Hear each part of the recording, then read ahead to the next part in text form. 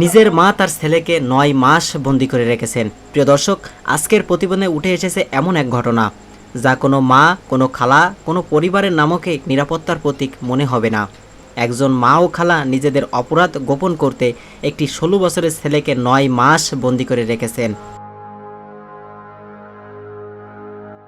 আর সেই ছেলেটি কে জানেন? 16 পারা কোরআনের হাফেজ তাহসিন।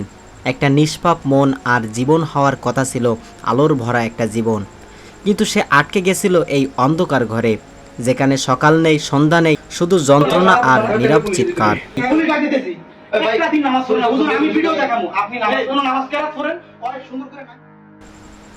তাহসিনের বাবা বহু বছর ধরে বিদেশ, মা ও খালা একসাথে বাসায় থাকেন।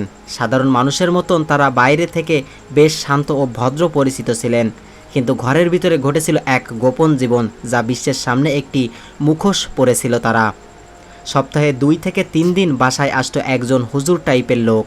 কখনো ধর্মের কথা, কখনো দোয়া পড়ানোর কথা বলে সেই মা খালার সাথে গোপন সময় কাটাতেন।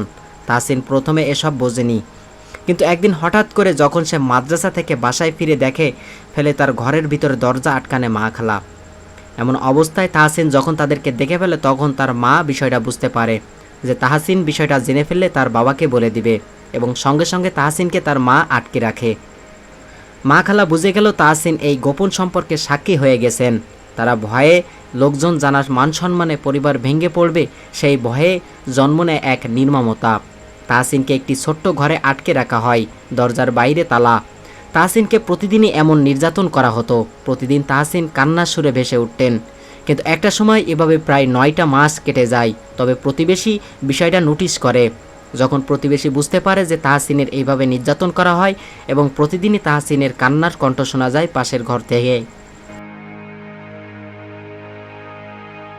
প্রতিবার তাহসিন মা বলতো ও নাকি দুষ্টমি করে, তাই একটু শাসন করেছিলেন। কিন্তু যখন পরিবারের আশেপাশের মানুষ বিষয়টা বুঝতে পারে তাহসিনের এমন কয়েকটা দিন নির্যাতন না করায় তাহসিন আর কান্নাকাটি করে না। সাহস করে একদিন দরজায় নক দেন একটা প্রতিবেশী। তবে প্রতিবেশী যখন দরজায় নক দেন তখন বলে যে ওর বাবা তাকে প্রতিদিন নির্যাতন করতো।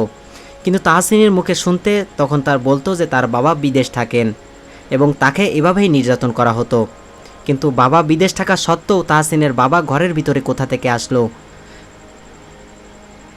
প্রতিবেশীরা যখন এটা বুঝতে পারে তখন তাহসিনের এমন একটি প্রতিহার এবং তাহসিনের এমন অবমুক্ত করার জন্য সে নিজেই এমন আত্মচিৎকার বেছে নিলেন। অবশেষে সত্য প্রকাশ ঘটে গেল। তাহসিন উদ্ধার করা এক রুম থেকে শরীরে অসংখ্য দাগ, চোখে আতঙ্ক এবং কালো নিচে পড়ে গেছে চোখের নিচে।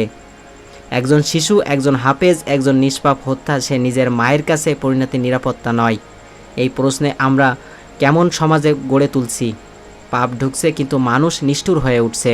প্রিয় দর্শক, মানসিকতার এই ভয়ঙ্কর গল্পে আমাদের শেখায় সত্য যতই লুকানো হোক অবশেষে বের হবেই। হাফিজ তাহসিন আজ মুক্ত, কিন্তু তার জীবন থেকে প্রায় 9টা মাস আধারে একেবারে মুছে গেল। আমি আগে মাদ্রাসায় লেখাপড়া করতাম, তারপর আমাকে মাদ্রাসা থেকে